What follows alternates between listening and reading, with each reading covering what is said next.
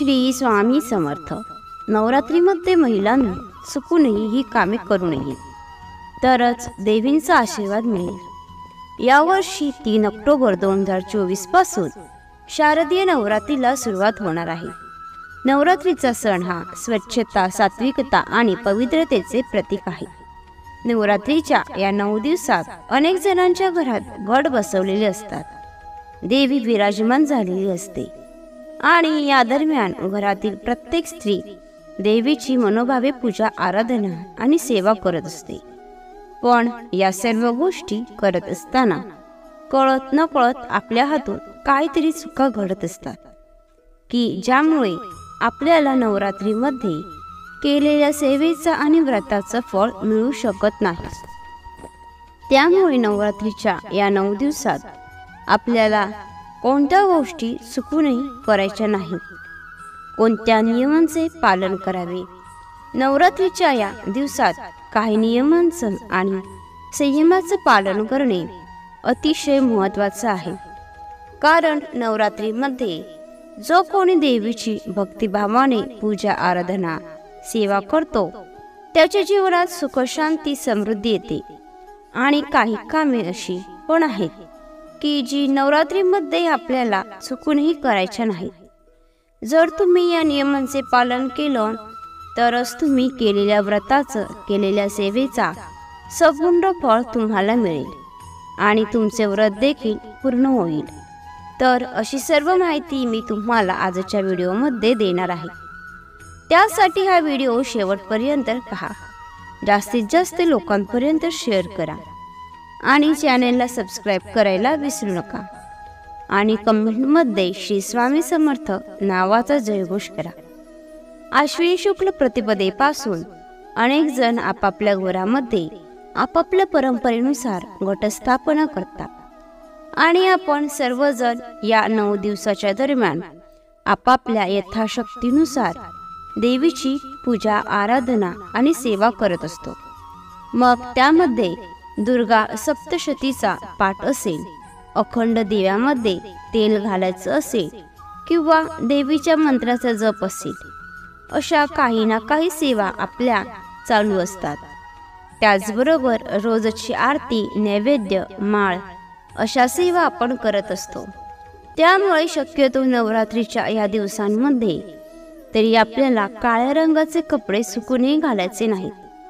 नवरात्रीमध्ये काळा रंग हा पूर्णपणे वर्ज्य सांगितलेला आहे. त्यामुळे नवरात्रीच्या दिवसामध्ये आपण चुकूनही काळे कपडे घालायचे नाहीत. त्यानंतर दुसरा नियम म्हणजे नवरात्रीच्या दिवसांमध्ये आपल्या घरामध्ये घटस्थापना केलेली असते. अखंड दिवा प्रज्वलित केलेला असतो. साक्षात देवी आपल्या घरात सूक्ष्म स्वरूपात का होईना वास करत असते. तर या दिवसांमध्ये आपल्याला आपल्या घरातील वातावरण मंगलमय ठेवायचे आहे. म्हणजे या दिव्यामध्ये आपल्याला आपल्या घरामध्ये चुकूनही भांडण, तंटा, कटकटी, वादविवाद, अपशब्द बोलणे, शिव्या, शाप देणे आवश्यकपणे टाळावे किंवा इतरांशी खोटे बोलणे, वाद घालणे, रागावणे, एकमेकांवरती चिडणे या गोष्टी आपण या दिवसांमध्ये शक्यतो टाळाव्यात.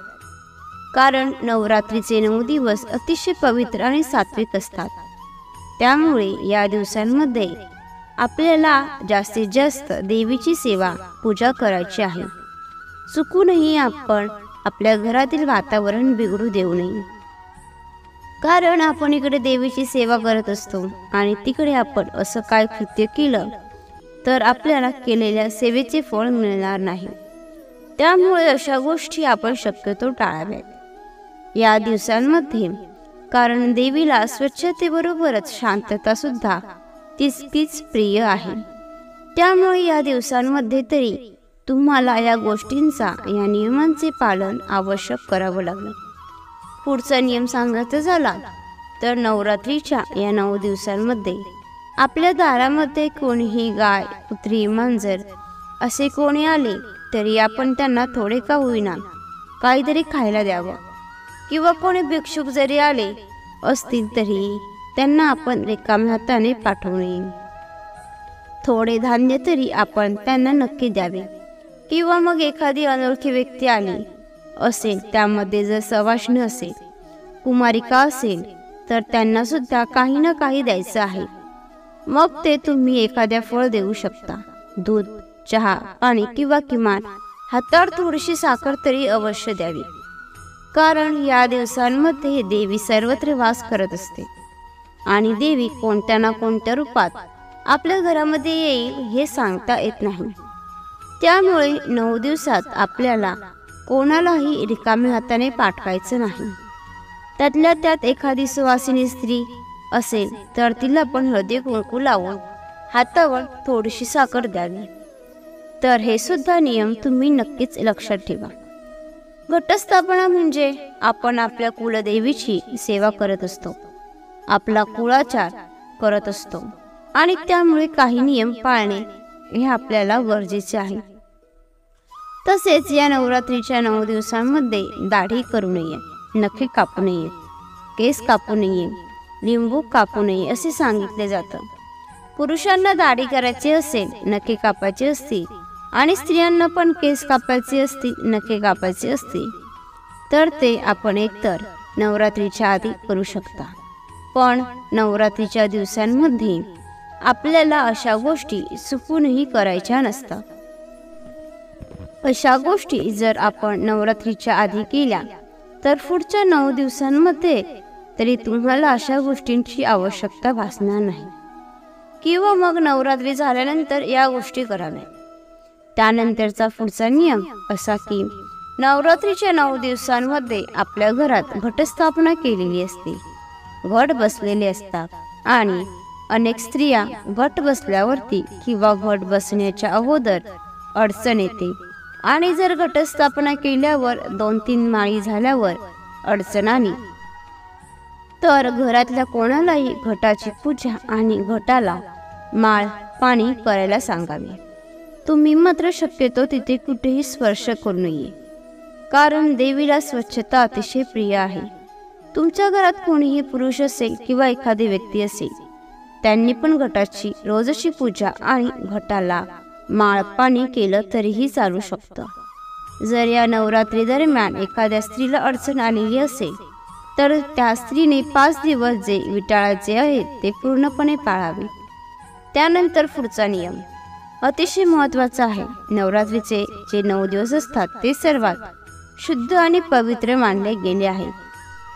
या दिवसांमध्ये सर्वात जास्त महत्त्व पवित्रता, स्वच्छता आणि सात्विकतेला आहे. त्यामुळे आपण या दिवसांमध्ये मांसाहार चुकूनही करायचा नाही. त्याचबरोबर धूम्रपान, मद्यपान हे सुद्धा पूर्णपणे टाळावे. मग एखाद्या व्यक्तीचा उपवास असो किंवा नसो, पण बाकीच्यांनी पण या नियमांचे पालन नक्कीच करावं. त्यानंतर पुढचा नियम सांगायचा झाला तर नवरात्रीच्या 9 दिवसात आपल्या घरात अखंड दिवा लावलेला असतो आणि अखंड दिवा लावलेला असताना कोणीही कुठेही घराला कुलूप लावून जाऊ नये. कोणाला कामानिमित्त बाहेर किंवा प्रवासासाठी जायचं असेल तर घरी एक तरी सदस्य नक्की असावा, कारण आपण अखंड ज्योत पेटवलेली असते आणि ही ज्योत अखंड ज्योत कोणत्याही कारणाने विझू नये याची विशेष काळजी घ्यावी लागते. आणि जरी तुम्ही नोकरीनिमित्त बाहेर जात असाल आणि सकाळी जाऊन संध्याकाळी माघारी येत असाल तर सकाळी जाण्यापूर्वीच दिव्याची वात काढून दिव्यामध्ये तेल घालून जावे आणि मग तुम्ही जाऊ शकता. आणि संध्याकाळी आल्यानंतर स्वच्छ हातपाय धुवूनच आपल्याला त्या दिव्यामध्ये तेल घालायचं आहे.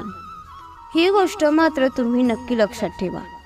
कोणीही बाहेरून कुठूनही जाऊन आला तर स्वच्छ हातपाय धुवूनच आपल्याला त्या दिव्यामध्ये योग्य त्या प्रमाणामध्ये तेल घालायचं आहे.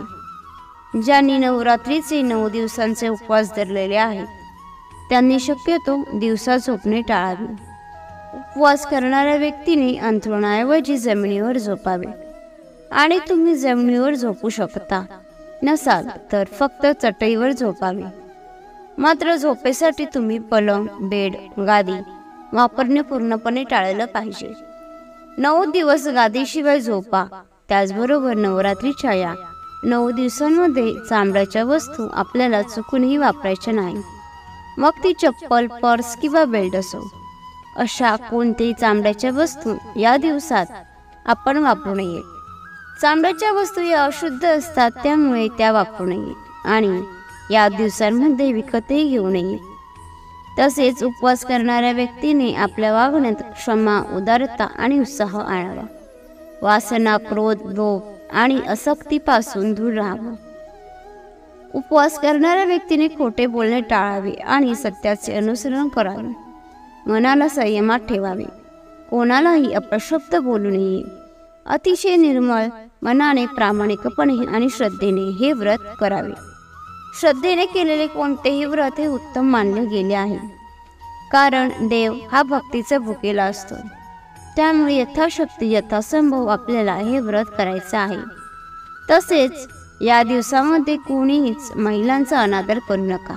अर्थात नेहमीच महिलांचा आदर केला पाहिजे, पण या 9 दिवसांमध्ये तरी आपल्याला विशेष काळजी घ्यायची आहे. कारण नवरात्र हा असा एक सण आहे की यामध्ये दुर्गा देवीच्या 9 रूपांची पूजा केली जाते. त्यामुळे हा सण आपल्या सभोवतालच्या महिलांचा आदर करणारा असावा. दुर्गा देवी पण स्त्री शक्तीचं रूप आहे. त्यामुळे केवळ या 9 दिवसांसाठीच नाही, तर दुर्गेचे आशीर्वाद मिळवण्यासाठी महिलांचा आदर करण्याचे नेहमी लक्षात ठेवा. तुम्हाला ही माहिती आवडली असेल तर लाईक आणि शेअर करा. तसेच अशीच माहिती नेहमी ऐकण्यासाठी चॅनलला सबस्क्राईब नक्की करा. श्री सद्गुरू स्वामी समर्थ. धन्यवाद.